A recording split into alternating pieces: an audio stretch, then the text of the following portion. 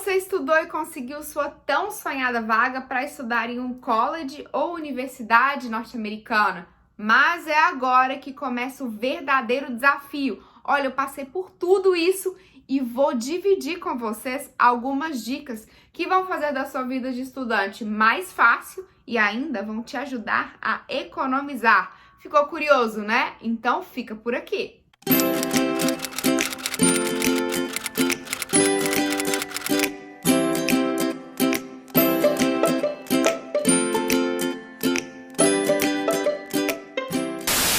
Oi, gente, uma das principais razões, né, que eu e a minha irmã, a gente quis criar o canal foi para que a gente conseguisse ajudar outras pessoas que, assim como nós, tinham sonho ou têm o sonho de estudar fora do Brasil, mas muitas vezes não sabem como, não tem condição financeira.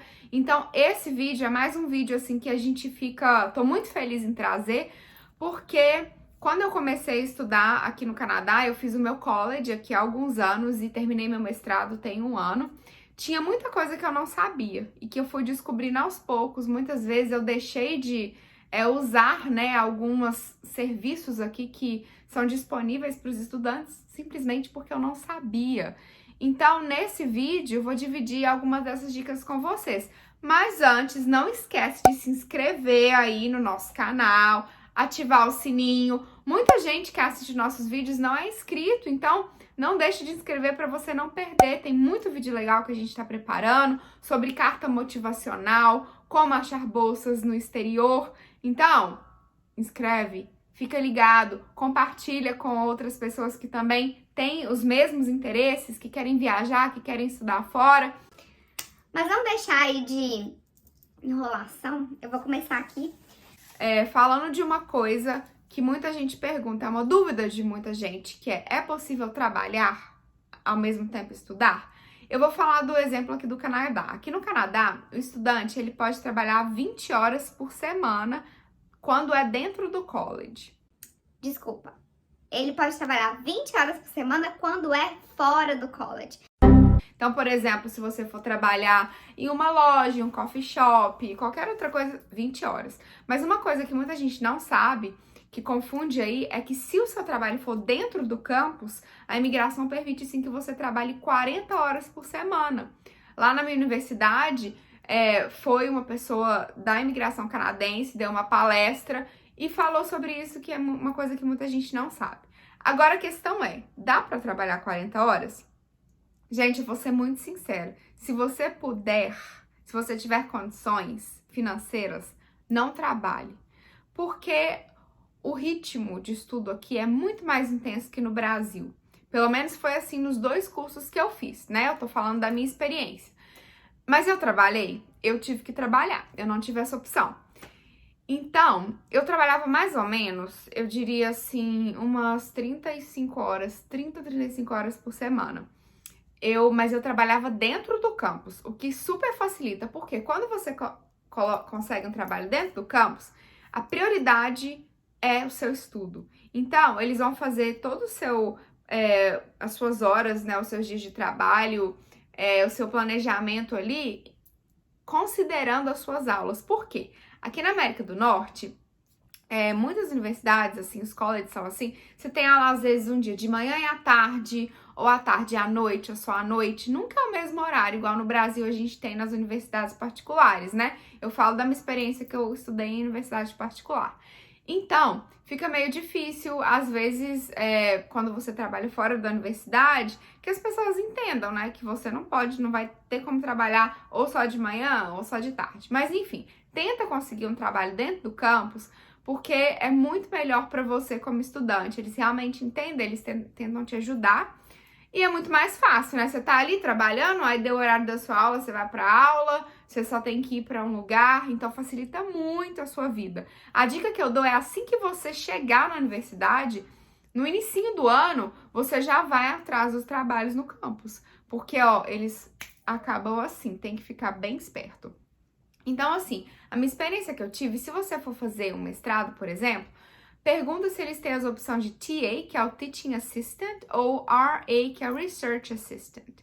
Qual que é a diferença? O TA, no meu caso, o meu programa não tinha pesquisa, mas eu era assistente de professor, então eu ajudava a corrigir prova, a dar algumas aulas. São diversas atividades que eu até expliquei em outro vídeo, vou colocar aqui nos cards para vocês. E o Research Assistant são para aqueles cursos que tem pesquisa, então muitas vezes eles precisam de pessoas para ajudar nas pesquisas, ajudar em aulas de laboratório.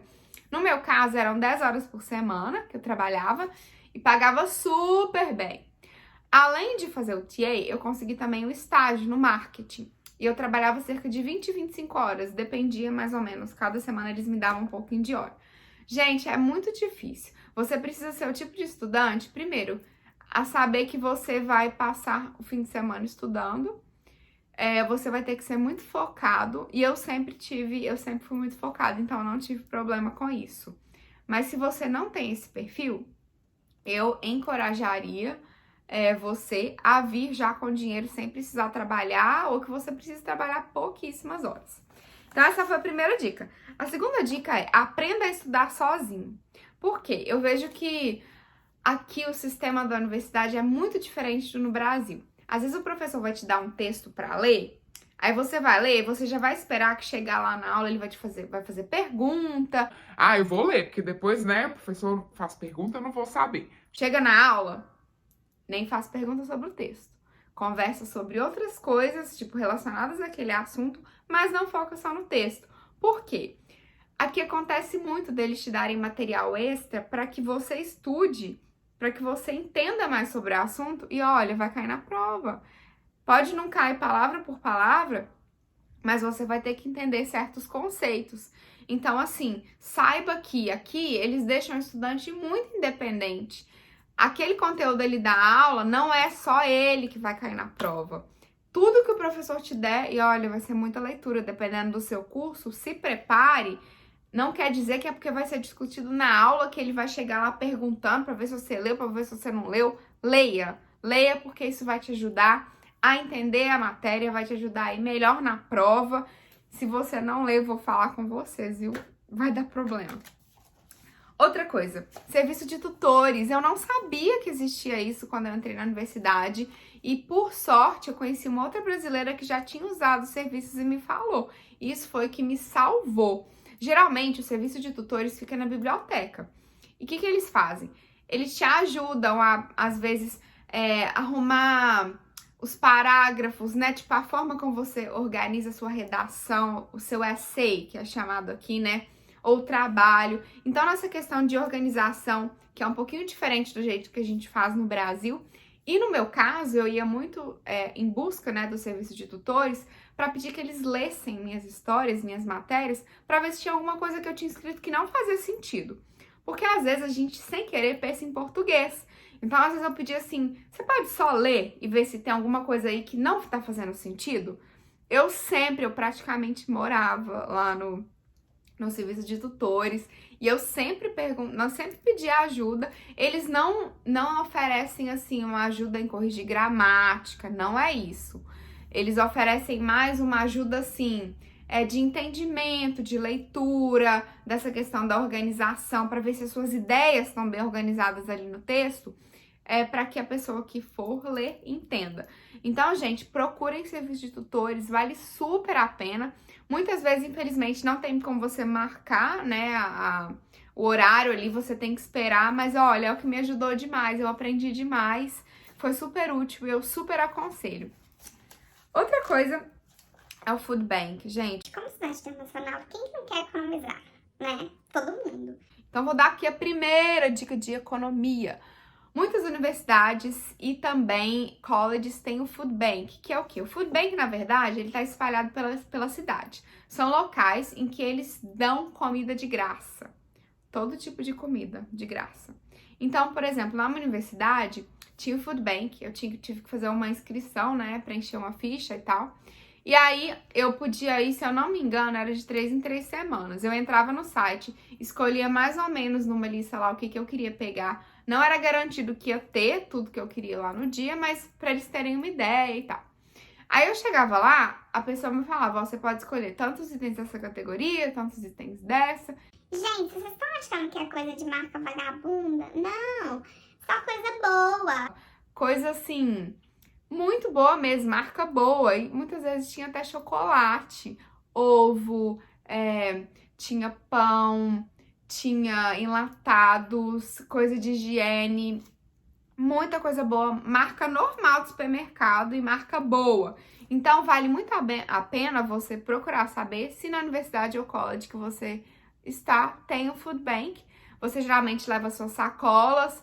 Gente, dá pra economizar demais. Pensa que você vai gastar assim, comprando leite, comprando ovo, comprando milho, pão de forma, sucrilhos, sabonete, tudo. Então, food bank.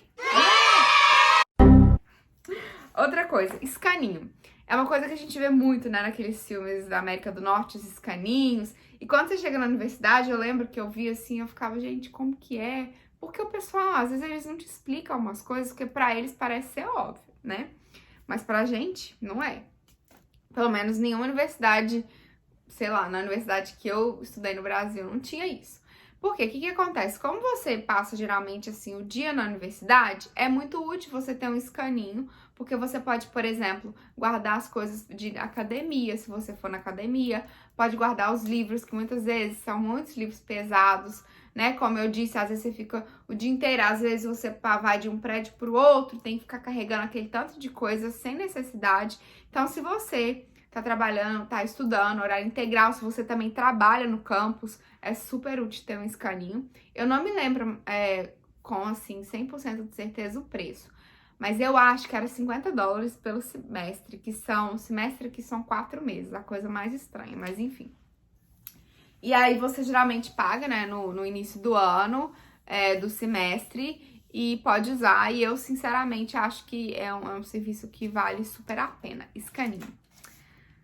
A última dica que eu vou dar é relacionada a livros, e são várias dicas, na verdade, de economia. A primeira delas é, gente, as bibliotecas aqui são gigantes, as bibliotecas de college, de universidade, tem muitos livros, tem muita coisa que você pode usar e que a gente às vezes nem sabe.